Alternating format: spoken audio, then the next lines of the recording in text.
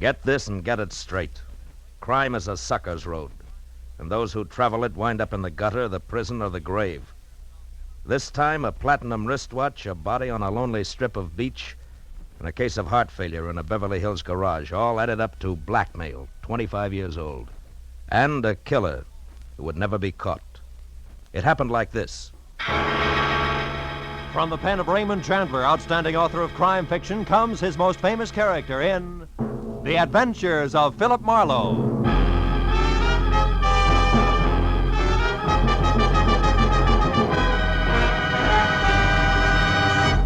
In just a moment, tonight's story. But first, a message from the Ford Dealers of America. The whole country's talking about the great 1950 Ford. Listen to what Mr. Carl Moore of Kingston, Pennsylvania, one of more than 420,000 delighted owners, says about his new Ford. I leave my car out on the street a lot in winter, but you'd never know it to look at my 50 Ford's paint job.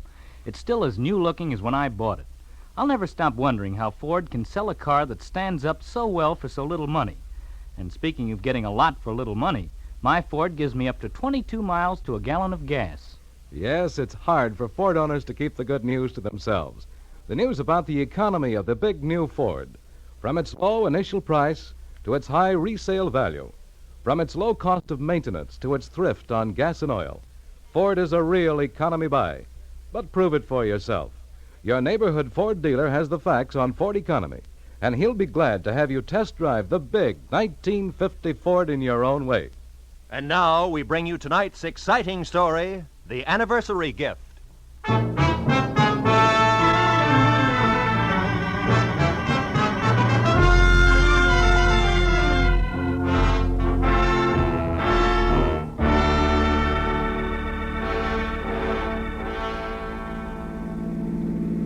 We turn left at the next corner, cabby. Okay. Boy, this Beverly Hills in a sunny afternoon is really something, ain't it? Yeah. Wide streets, classy homes. Boy, these jokers got it made. Some life. Nothing ever gets to them to bother them except the income tax, maybe. Yep. Here it is, mister. 8834 Beverly Road. What a joint. Yeah. Wait for me, huh? Sure, mister.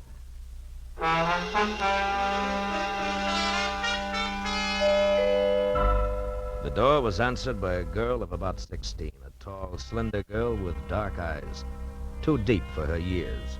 Oh, come in, won't you? I believe Dad's expecting you. She led me across a living room as dignified as the lobby of a bank to a door that she opened. If you'll wait here in the library, I'll tell Dad you've come. The library of Stanley Towner, my new client, was as somber as his living room, except for one thing. Over a fireplace that half filled one wall was a life-size portrait of a woman, a most beautiful woman. Could have been a painting of what the girl who had just left would look like in another 25 years. I was still staring at the picture when Stanley Towner came in.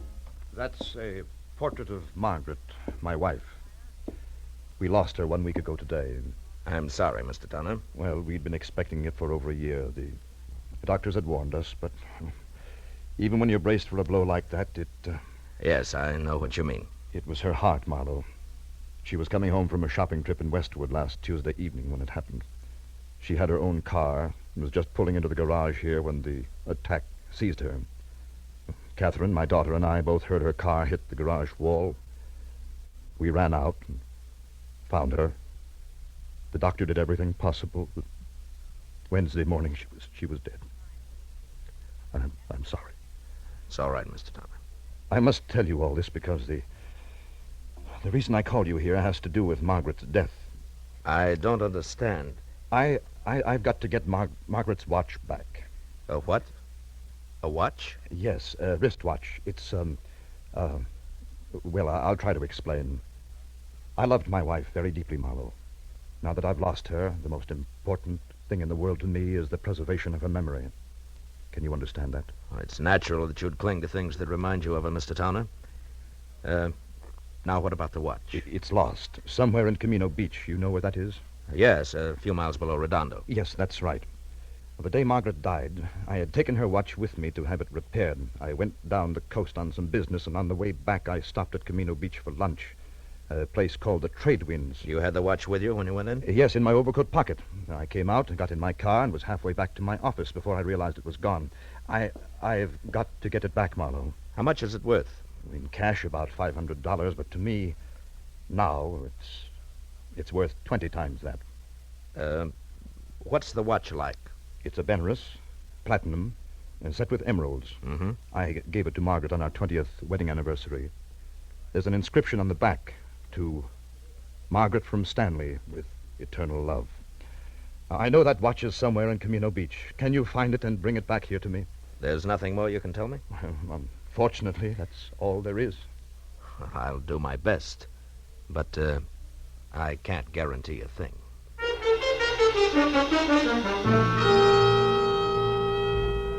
The cabbie waiting outside drove me back to the gas station on Wilshire, where I picked up my own car, fresh off the grease rack, and headed for the ocean and the sunset.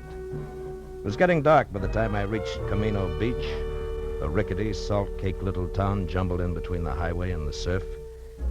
Well, my first stop was the Trade Winds Cafe, a waterfront shack on spindly legs standing knee-deep in a smelly backwash. It only took 10 minutes to find that there was nothing there for me. After that, I drew a blank at each of the 3 hock shops in town. Wound up an hour and a half later, no farther than the sidewalk curb, where I watched a traffic cop brand my tire with his parking marker, plant a heavy foot on my bumper to steady his bike, and light a cigarette. Hiya. Is this your car? Yeah. What is it? Am I overparked? Nope, not yet. Just borrowing your bumper a minute. Mine? Of course not. Got a lot of scratches already. Say, that's a fancy chalk label you put on the side of that tire there. Z, the mark of Zorro, huh? No, the mark of Ziegler. That's me. Just a little thing I worked out to add a personal touch to my business. You're a stranger around here, aren't you? Yeah, from L.A. Uh-huh. Saw you coming out of the pawn shop there. You don't look like the type. Well, I'm not, as long as my luck holds. Actually, a friend of mine lost a wristwatch here in town. I'm trying to locate it. Pretty good watch, is it? Yeah, good enough. The really tough part is that it has a very big sentimental value. I've tried all 3 of the pawn shops in town, but no dice. You know, if I had a friend who'd lost a good watch, I think I'd check in at Sean's bicycle shop on 3rd Street. Well, thanks a lot, Ziegler. Don't mention it. Oh, incidentally, I wouldn't bother to tell him who sent me down if I was you. So long.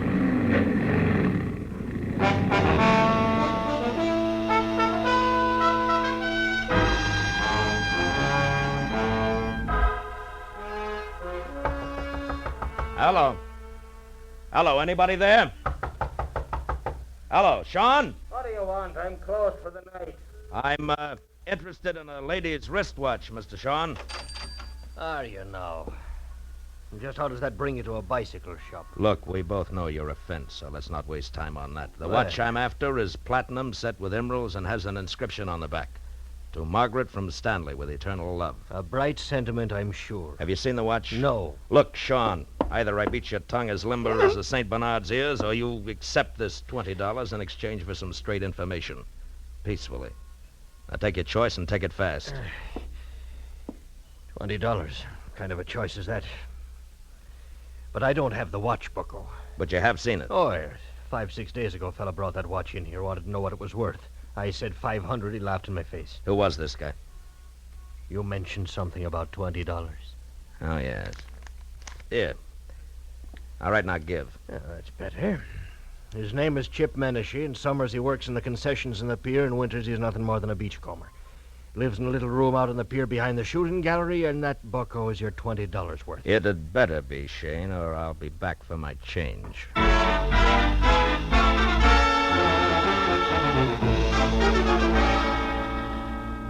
The amusement pier was deserted. When I finally found the one-room shack tacked on behind the shooting gallery, it was dark and quiet. I knocked once, got no answer. So I pushed a wad of rags out of a broken pane of glass in the door, reached inside, and unsnapped the lock and went in.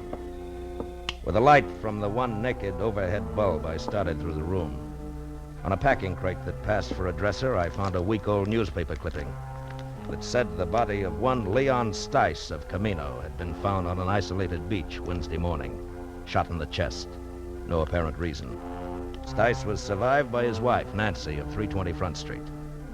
I got real busy wondering why a bum like Chip Menashe saved old newspaper clippings of murder stories when a noise outside turned me toward the open door.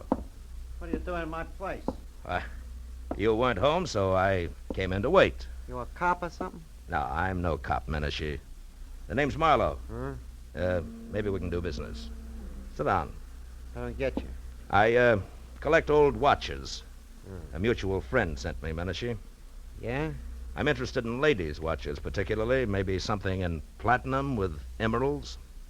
Okay, Pally, what's the proposition? Nothing until I see the merchandise. Now, how about putting it on display, huh?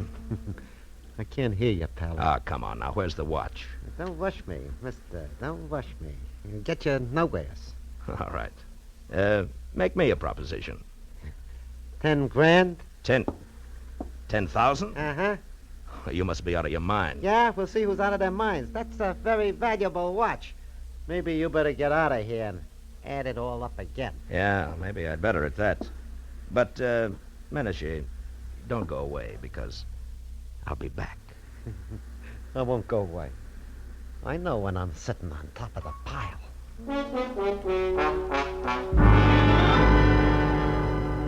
As I walked away, a hunch kept whispering to me that the body of a guy named Leon Stice, found on a lonely beach, was somehow tied in. So I decided to pay a call on his widow. I drove down Front Street to number 320, but there was nobody home. As a matter of fact, the only sign of life on the entire block was a red neon Pelican in a blue neon martini glass above the door of a bar across the street. So I walked over and went in. A couple of questions later, I found Nancy Stice sitting alone in the back. The offer to buy a drink was the only introduction I needed. Sure, you can buy me a drink. Hey, Charlie. Okay, Nancy. I'm an old friend of your husband's, Nancy. I just heard. That louse didn't have no friends. Yeah, Nancy. Something for you, mister? No. Here, keep Thanks. Mud in your eye. Nah. I got nothing against Leon Stice. Except 25 years of living with him in a Camino Beach rat hole on nothing. That's all. it. Any idea why he was killed? For the role he was carrying. Well, after what you just said, that makes no sense. That's the way it was. And I didn't get one red cent of it. It was all gone when they found him. Did you tell the cops he had money on him? Nah. I hate cops. Yeah, sure.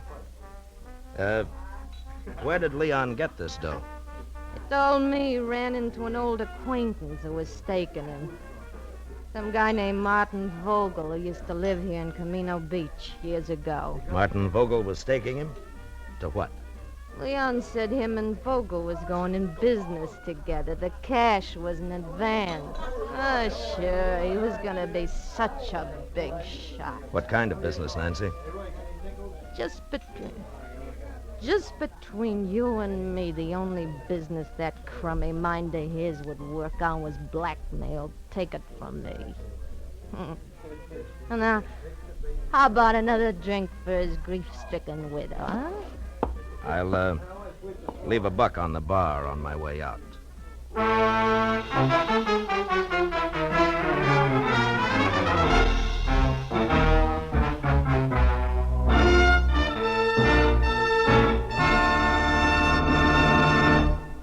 In just a moment, the second act of Philip Marlowe. But first, a brief message from the Ford Dealers of America. From coast to coast, Ford owners agree the big new Ford brings you more for your money. More in comfort, more in performance, and more in economy. But only through personal experience can you appreciate the restful ease of Ford's famous midship ride and the luxurious comfort of Ford's non-sag foam rubber cushion front seat. Only by driving this great car can you enjoy its smooth power and solid roadability. And only by getting the facts about Ford's economy can you understand that so powerful, so smooth riding, and so beautiful a car can cost so little to buy. To run and to maintain.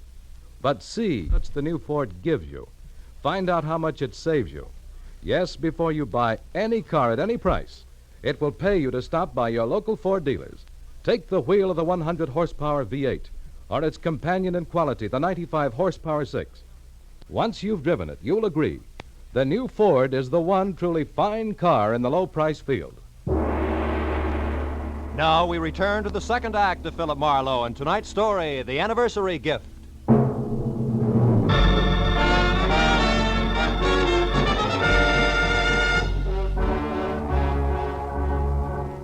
I left the Pelican Club, got into my car, and started for the local law on the chance that I could learn something more about the new question mark I'd picked up named Martin Vogel.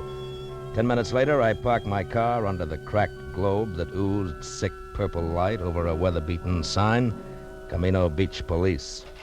A fat sergeant huddled over what could have been the original teletype machine.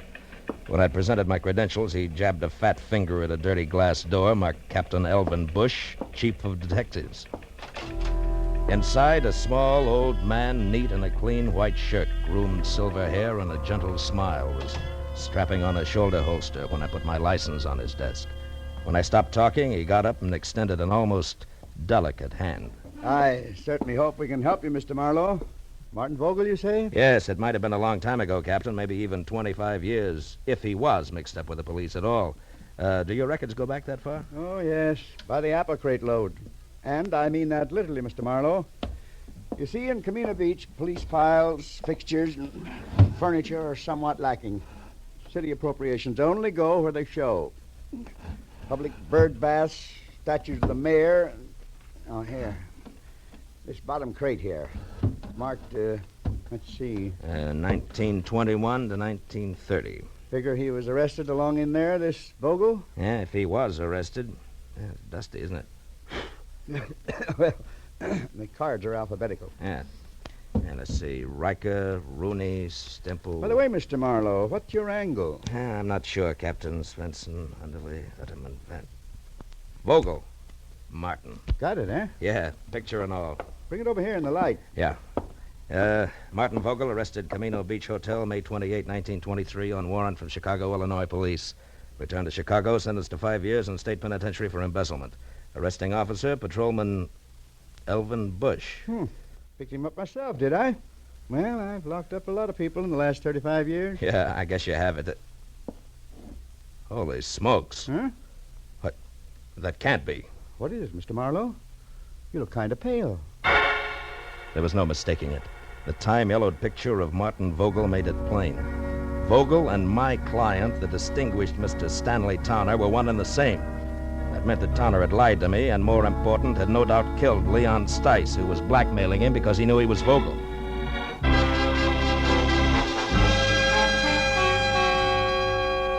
I left Captain Bush piled into my car and pointed it back for the amusement pier, where one way or another I was going to get Chip Menashe to fill in a few remaining blanks for me.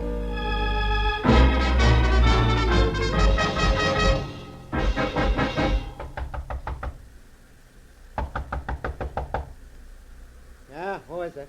Marlowe, Menashe. I want to talk business. Okay, Marlowe. Looks like I doped it right. I thought you'd come back. All right. Now get up. And listen hard. I want the watch and the story that comes with it. I told you my price. It's still 10 grand. You're bluffing, Menashe. You know the watch means money, but you don't know why. Yeah, Mr. Wisen. All right, now come on, talk. Okay, quit. I'll tell you what you want.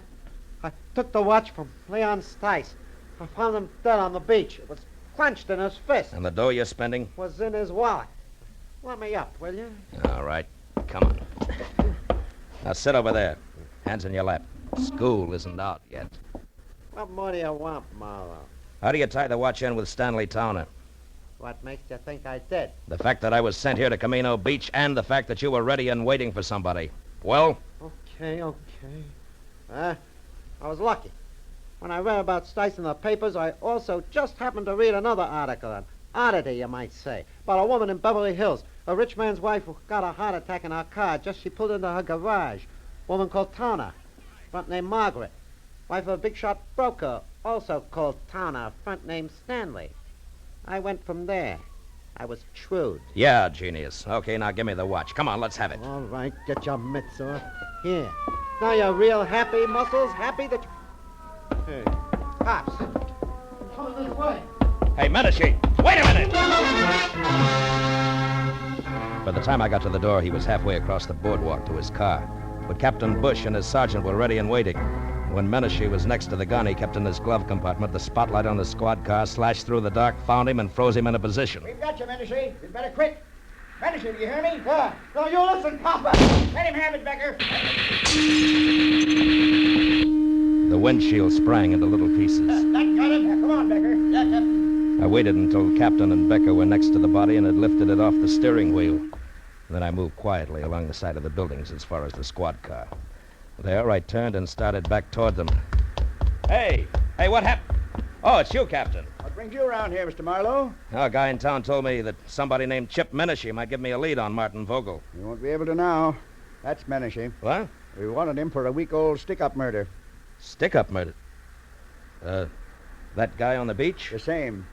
Say, Becker, you find the money on him? Right, some $300, Captain. Good. Well, you better call for the wagon now. Check. Funny thing, Mr. Marlowe. One fingerprint did it. Oh, how's that? That guy on the beach, Leon Stice. We found his empty wallet in the sand next to him. It had an isinglass front over his driver's license with a thumbprint that wasn't his. But was Chip Menashe's, huh? Well, we got on to Menashe because he was spreading a lot of dough around. Today, Becker got down here and lifted one of his prints. That cinched it, huh? Yes, that and the shot he just threw at me. Strictly a stick-up killer who got caught. Marlowe, about this Martin Vogel, you still want to let it go that the Beverly Hills police are going to get in touch? I think so. Good night, Captain Bush.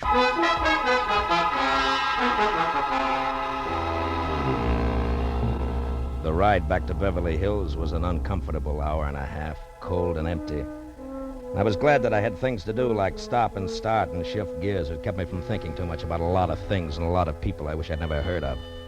People like Stanley Towner, who I had every reason to be against, but who I was starting to pull for. Stanley Towner, a man who had started all over again after a single mistake made 25 years ago. A man who had fought to build good things, like a comfortable home, a marriage to a woman in a painting, a 16-year-old likeness named Catherine. But Stanley Towner, who was also a killer on a lonely stretch of beach far from home, destroying something rotten who would destroy him. A killer that nobody knew about, except me. Well, I pulled into the driveway and parked behind the car that had been Margaret's. As I got out, the light of the garage went on and the side door of the house opened. I felt almost wrong dropping my hand around the .38 in my side pocket. Good evening, Mr. Marlowe. You have the watch? Yeah. I had quite a tussle getting hold of it. I imagined you would. Menashe's dead, Mr. Towner. Menashe? Who is Menashe, Mr. Marlowe? The reason you hired me? The man who called you and dangled this bait? Yeah, you were right. It's a beautiful watch, Mr. Vogel. Vogel? You know about it? Yeah, they keep police files a long time. I know about everything. Except why you didn't go after the watch yourself. Well, I was afraid. Afraid to show yourself in the town where somebody might remember you, huh? The town in which you had committed a murder, is that it? Yes, that's it exactly. Dad? Dad, is that you down there? Yes, dear. Me, Mr. Marlowe. Well, why don't you come into the house? It's so late and it's chilly. You'll catch your death of cold out there. Yes, in a while, dear. Now go back to bed. All right. Good night, Dad. Good night, dear. Oh, good night, Mr. Marlowe, and please make him do as I say, will you? Yes, I will, Catherine. Good night. Do you mind if we go along to the police at once, Mr. Marlowe? I'd rather she didn't know right now. Tomorrow's soon enough. And can we take your car? Yeah. The lights go off out here? Yes. The switch is on the garage wall over there. Okay, get in. All right. You know, Mr. Towner, I'm sorry about Catherine and the way she's going to be hit by this thing. The switch is there on your right. On your right, Mr. Marlowe. Yeah.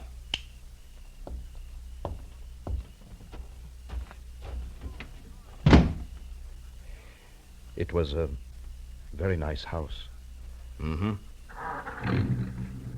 Mr. Towner, you certainly loved Margaret a lot, didn't you? Completely, Mr. Marlowe. And her memory, too? Why do you ask? Something that makes me awfully happy. Mr. Towner, you didn't kill Leon Stice. Marlowe, What are you saying? That you never lost your wife's watch at Camino Beach. You never had it. She lost it herself. Lost it when she struggled with Leon Stice just before she killed him for your sake. For you and Catherine and everything you've worked for. No, Marlowe, no. Yes, Margaret had a bad heart. She knew she didn't have long to live. Also, she knew that Stice was blackmailing you. It figures, Tana. And what also figures is that you'd rather pay for a murder that you didn't commit than to have Margaret's name soiled. Yes, I would, and I will, because you can't prove any of this. Correction, Mr. Tanner, I can. With your wife's car there in the garage, the car in which she died on what you said was her return from Westwood. Which it was? No, not according to a funny little chalk mark I just saw on one tire, it wasn't. A little white Z that a policeman named Ziegler in Camino Beach makes to check on parking time. And we can go on from there. Your confession won't mean a thing. But, Marlowe, it must... No, I guess it won't. I guess you can't hide the truth very often, can you? No. Only once in a great while. And then, strangely enough, only when it seems like the right thing to do. What do you mean? Why did you stop the motor? There's one thing I haven't told you yet. The way things worked out in Camino Beach, Mr. Tanner. The police there think that Menashe killed Leon Stice, and they're happy that way. They never heard of you or your wife. And I don't see why they should. No. Yes. I mean that nobody really knows the whole story. Nobody except you, Marlowe. Nobody, Mr. Tanner. Good night. Thank you, Mr. Marlowe. Good night.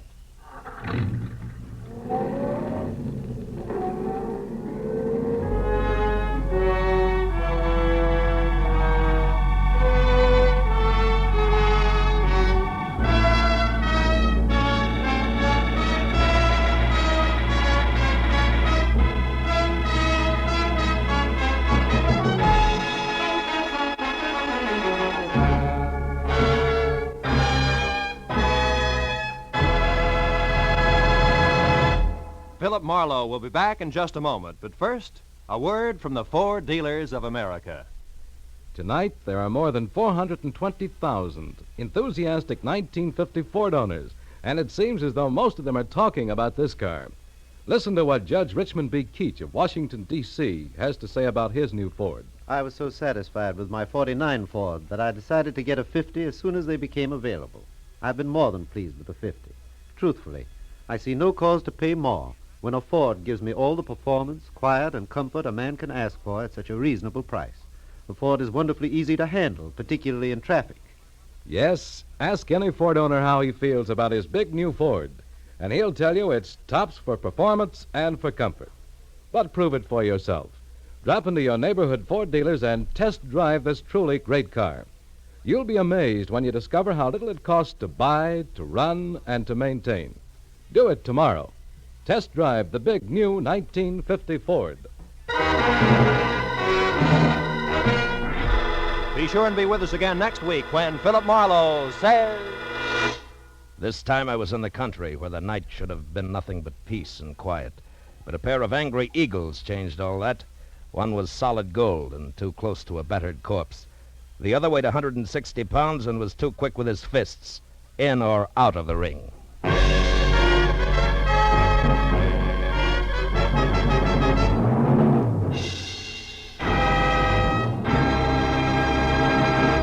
The Adventures of Philip Marlowe, bringing you Raymond Chandler's most famous character, tonight starred Bill Conrad, are produced and directed by Norman McDonnell, and are written for radio by Robert Mitchell and Gene Levitt. Featured in the cast were Sammy Hill, John Daner, Gene Bates, Ralph Moody, Larry Dobkin, Harry Bartell, and Edgar Barrier. The special music is composed and conducted by Richard Orant. This is Roy Rowan speaking for CBS, the Columbia Broadcasting System.